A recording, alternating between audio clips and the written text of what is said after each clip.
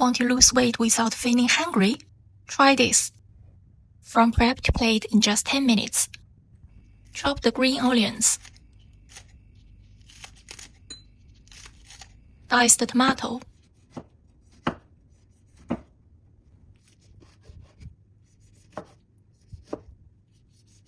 Butterfly the prawns and remove the vein. Add green onions to the bowl. Top with tomatoes. Then place 8 prawns on the top.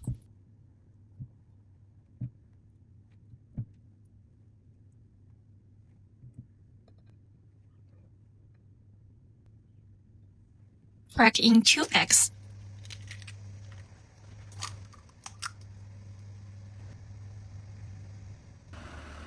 Steam once the water is boiling.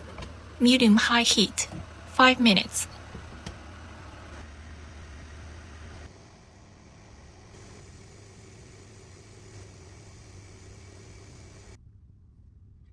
Finish with soy sauce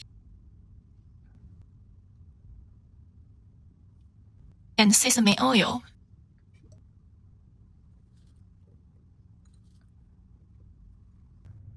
Thanks for cooking with me today. Like and subscribe to Bay's Kitchen. See you next time.